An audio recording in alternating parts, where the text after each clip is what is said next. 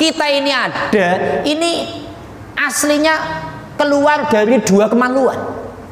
Pertama keluar dari kemaluan bapak kita, yang kedua keluar dari kemaluan ibu kita. Ini kan dari dua kemaluan, dan kemaluan itu kalau ditongolkan di masyarakat, ya kan malu-maluin kayak wong gemblung. Ini wong muda orang nganggo klambi.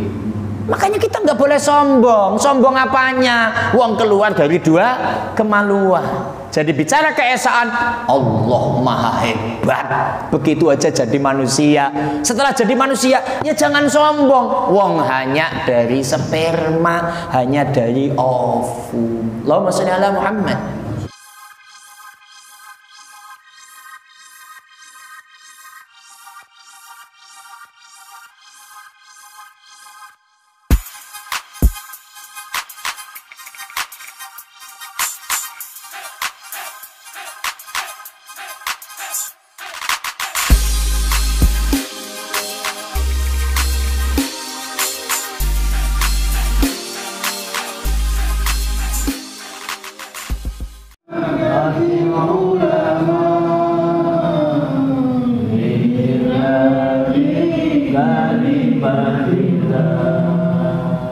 Assalamualaikum warahmatullahi wabarakatuh.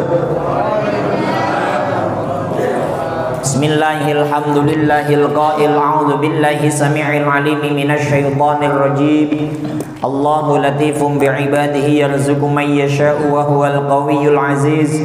Subhanaka la 'ilma lana illa ma 'allamtana innaka antal 'alimul hakim. Allahumma sholli ala sayyidina Muhammadin wa alihi wa sallama. Bismillahirrahmanirrahim. Bil hadisul arba'in nawawiyah fil hadisi rabbi. Hadis arba'in nawawi yang keempat. Kita sudah lewati hadis yang ke-1, apa niat. Hadis yang kedua, apa itu Islam, apa itu iman, apa itu ihsan, kapan kiamat, apa tanda kiamat. Hadis yang ketiga adalah dasar-dasar Islam. Hadis yang keempat, ngan Abdurrahman bin Abdillah bin Mas'ud. Ini aslinya ngan Abdurrahman Abdillah bin Mas'ud radhiyallahu anhu qala haddatsana Rasulullah sallallahu alaihi wasallam wa sadiqul masduq inna ahadakum yujma'u khalqu fi batni ummihi arba'ina yawman nutfah summa yakunu 'alaqatan misla dzalik summa yakunu mudghatan misla dzalik summa yursalu ilaihi malaku fayanfukhu fihi ruha wa yu'malu bi arba'i kalimatin bi katbi rizqihi wa ajalihi wa amalihi syaqiyun wa syaqiyun aw sangidun. Fa wallahi alladzi la ilaha illa la ilaha ghairuhu inna ahadakum la ya'malu bi amali ahli jannati hatta ma yakuna baina wa baina illa dira'un fayasbiqu alaihi alkitab fayamalu bi amali ahli nari fayadkhuluha wa inna ahadakum la ya'malu bi amali ahli nar hatta ma yakuna baina wa bainaha illa dira'un fayasbiqu alaihi alkitab fayamalu bi amali ahli jannati fayadkhuluha. Dari sahabat Abdurrahman Abdullah bin Mas'ud radhiyallahu anhu, Rasulullah sallallahu alaihi wasallam telah menceritakan kepada kami, dan beliau adalah orang yang paling benar dan dibenarkan, bahwa tiap-tiap individu itu dikumpulkan penciptaannya di dalam rahim ibunya melalui beberapa tahapan. Tahapan yang pertama selama 40 hari pertama berupa nutfah dalam kurung sperma. Kedua selama 40 hari kedua berupa alaqah atau dalam kurung segumpal darah. Ketiga selama 40 hari ketiga berupa mudghah dalam kurung segumpal daging. Setelah itu Allah Subhanahu wa taala mengutus seorang malaikat untuk meniupkan roh kepadanya dan diperintahkan mencatat 4 perkara baginya, yaitu ketentuan rizkinya, ajalnya, pekerjaannya, dan celaka atau bahagiakah ia. Maka demi Allah yang tidak ada Tuhan selain Dia, bahwa ada di antara kamu beramal dengan amal ahli surga hingga jarak di antara ia dan surga hanya tinggal sehasta lagi, namun ketentuan pada catatan nasibnya dalam gulung takdir menetapkan lain, maka ia pun melakukan perbuatan lil neraka, karena itu akhirnya ia pun masuk neraka. Dan bahwa ada di antara kamu beramal dengan amal ahli neraka hingga jarak antara ia dan neraka itu hanya tinggal sehasta saja. Namun ketentuan pada catatan nasibnya, takdir menentukan lain, maka ia pun beramal dengan amal ahli surga. Karena itu akhirnya ia masuk surga. Ya, pengantin baru. Kita ngomong pengantin baru. Ini nikah. Habis nikah kan biasa terus malamnya main sepak bola. Golnya sampai berapa kali kira-kira? 9 kali gol. Oke, ini ceritanya sperma dan ovumnya sama-sama bagus. Tak 40 hari antara sperma laki-laki dan ovum perempuan ini ngumpul. Ini masih berbentuk nutfah. 40 hari. 40 hari seterusnya, oke, maka nutfah yang tadi, sperma dan ovum yang ngempel itu menjadi segumpal darah. Udah nggak sperma lagi, tapi jadi darah. Berarti sudah 80 hari ya. Kemudian 40 hari ke depan, yang ketiga, lah darah ini jadi daging. Berarti kalau 120 hari berapa bulan? 120 hari, Pak, 3 masuk 4 ya. 3 bulan selesai masuk 4. Nah, ketika masuk 4 ini loh, gitu bahasanya, maka Allah memerintahkan malaikat untuk niup roh. Di sini malaikat Jibril itu rohnya antarkan. Itulah bahasanya. Wes, urip.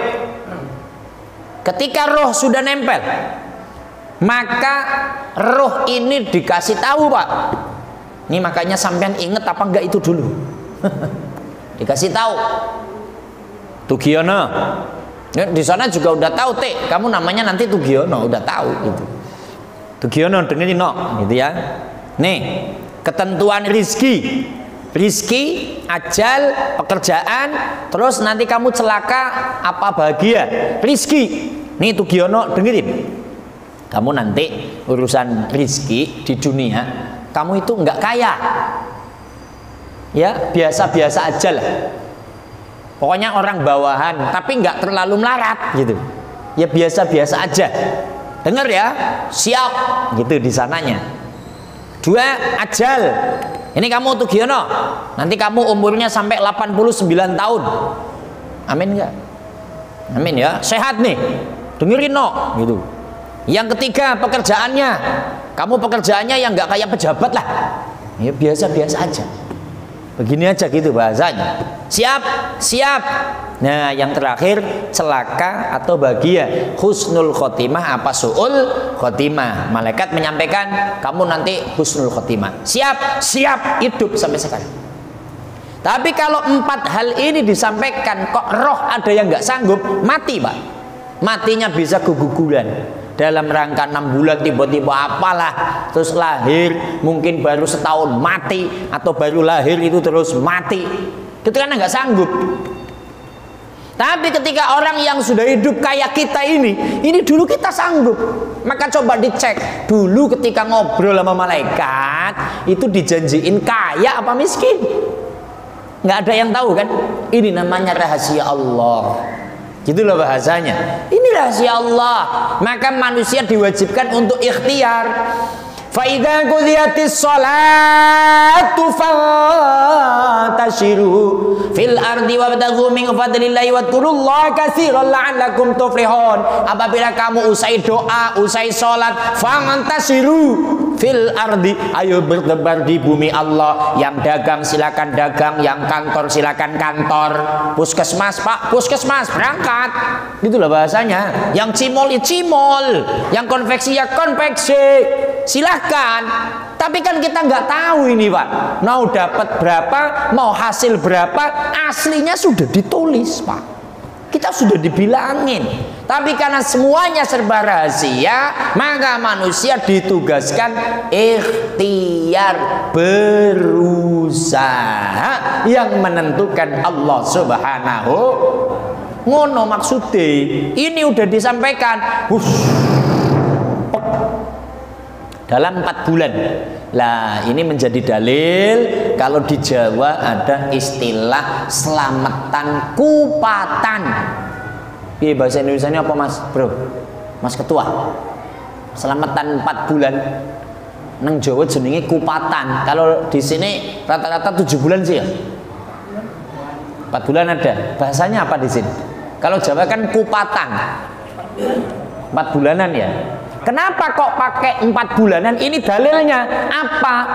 Marhaban ahlan wa sahlan, roh selamat datang, roh telah datang. Ya kayak kedatangan kiai lah, kedatangan penceramah. Tola'al badru alaina. Selamat datang Pak Kiai atau pejabat. Dimohon kepada hadirin, karena Gubernur DKI Jakarta akan memasuki tempat acara untuk berdiri, sementara waktu HP untuk di silent gitu kan, tidak boleh untuk mengfoto-foto, berdiri semua karena datang gubernurnya, sama rohnya datang disambut. Metode nyambut itu tergantung desa mawacara. Kalau di Indonesia ada yang selamatan, ada yang marhabanan, ada yang tahlil, ada yang motong tumpeng, bebas.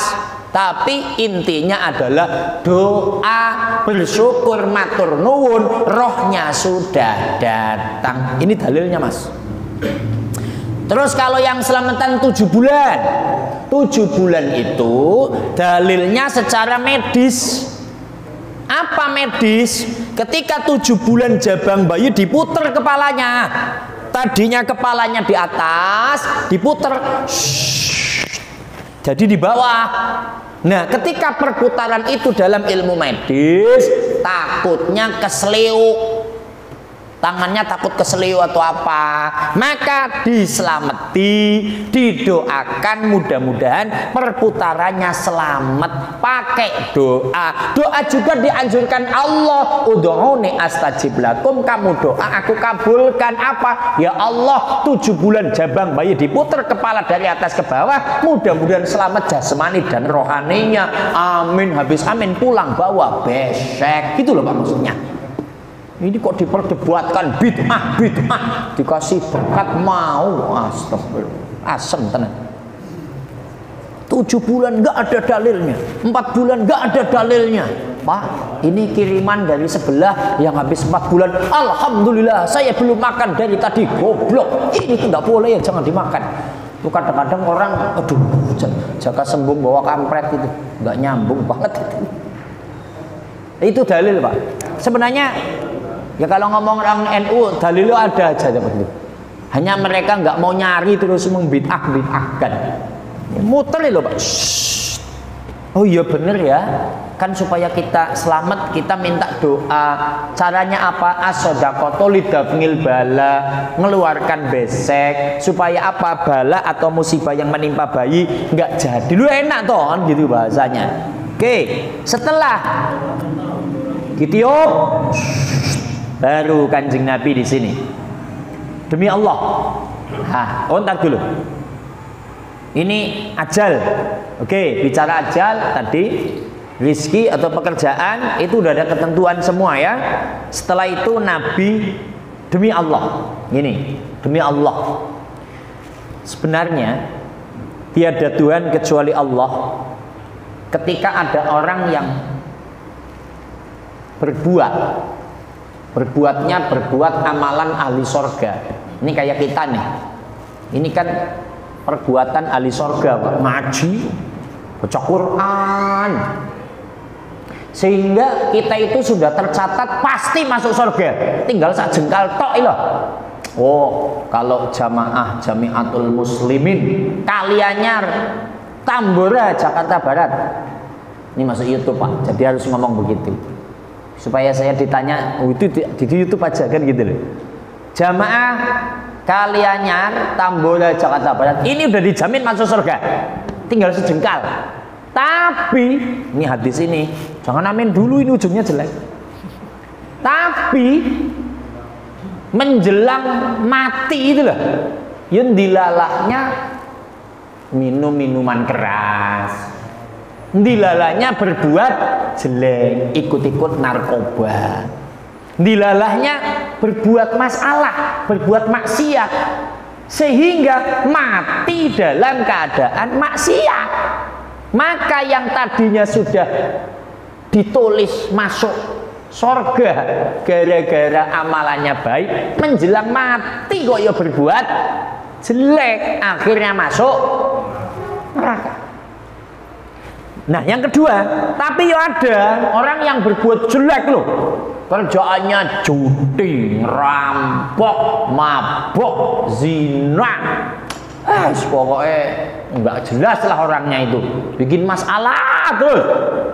Tapi lama-lama dapat hidayah, insyaf, ngaji, baru ngaji 2 hari mati wah itu orang. Ya belum tahu tata cara mati. Yang begini loh, ketika dia berbuat onar tinggal sejengkal itu pasti masuk neraka. Tapi karena mau mati berbuat perbuatan ahli sorga, nah orangnya jadi masuk sorga. Itulah yang namanya takdir. Itu sudah ditentukan. Tapi ingat ya, ketentuan takdir itu masih bisa dirubah. Merubahnya dengan apa? Doa. Karena yang namanya takdir itu ada takdir mubrom, ada takdir mu'allaq.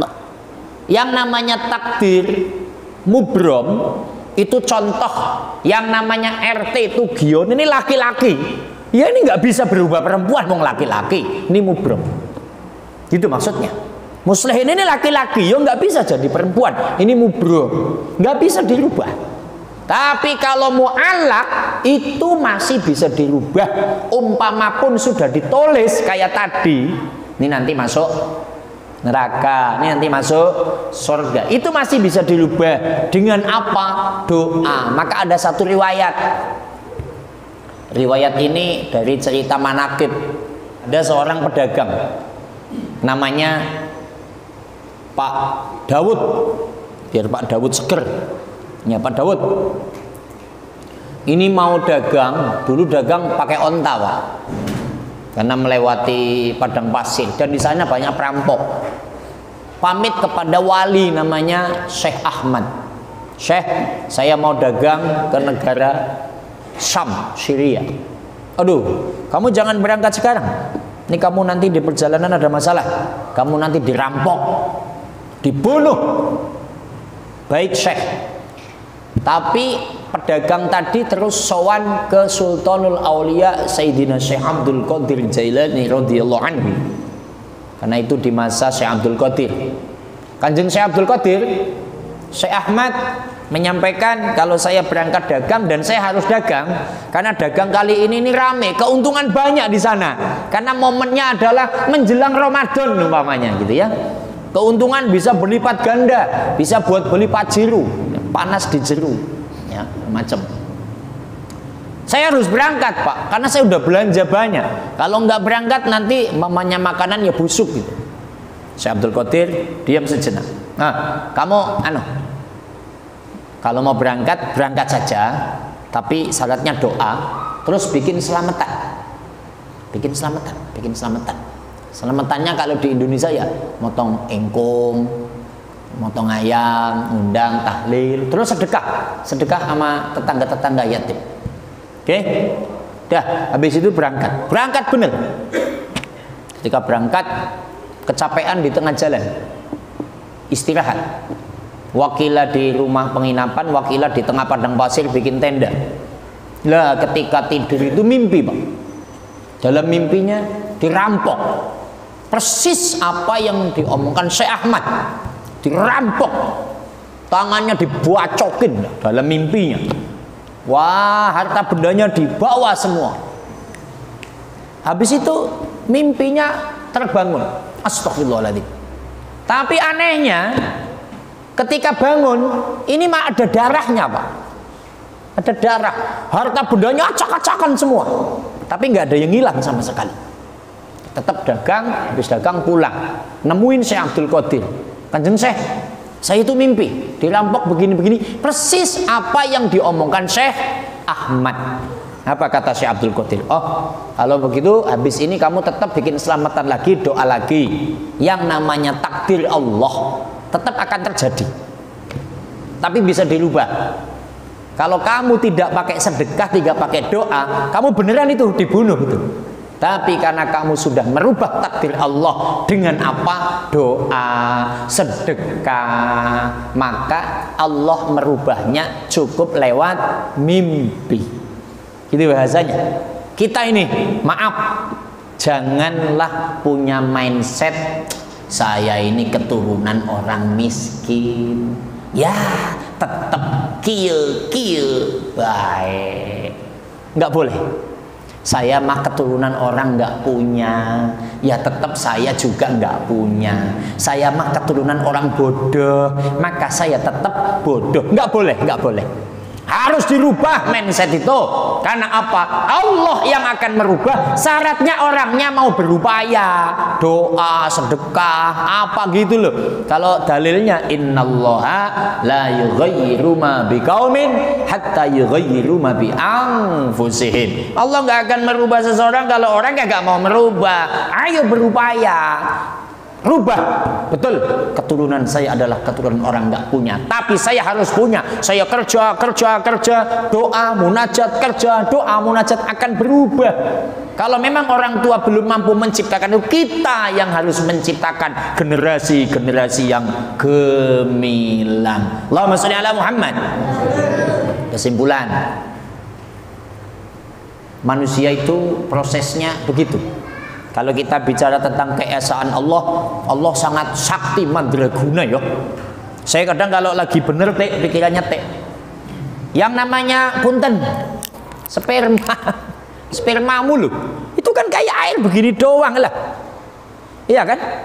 Air ketemu air. Terus mengkristal jadinya ini loh. Ini kan Allah hebat banget ya. Air ketemu air. Itu pun kadang ada yang nggak sengaja, kebrojolan, hamil juga loh itu. Allah sakti mandraguna loh itu. Itu aja masih nggak percaya, itu aja masih nggak mau sholat, itu aja masih nggak mau ngaji. Lo maunya apa? Ini dianalisa. Allah hebat. Satu, kedua, kita manusia jangan sombong. Apa? Kita ini ada. Wujudnya ada begini loh Pak. Kalau Ustadz gagah begini, kalau RT kayak pejabat itulah ya. Itu jangan sombong. Karena apa? Kita ini ada, ini aslinya keluar dari dua kemaluan. Pertama keluar dari kemaluan bapak kita. Yang kedua keluar dari kemaluan ibu kita. Ini kan dari dua kemaluan, dan kemaluan itu kalau ditongolkan di masyarakat, ya kan malu-maluin kayak wong gemblung. Ini wong muda orang nganggo klambi. Makanya kita nggak boleh sombong. Sombong apanya? Wong keluar dari dua kemaluan. Jadi bicara keesaan, Allah maha hebat. Begitu aja jadi manusia. Setelah jadi manusia, ya jangan sombong. Wong hanya dari sperma, hanya dari ovum. Allahumma sholli ala Muhammad.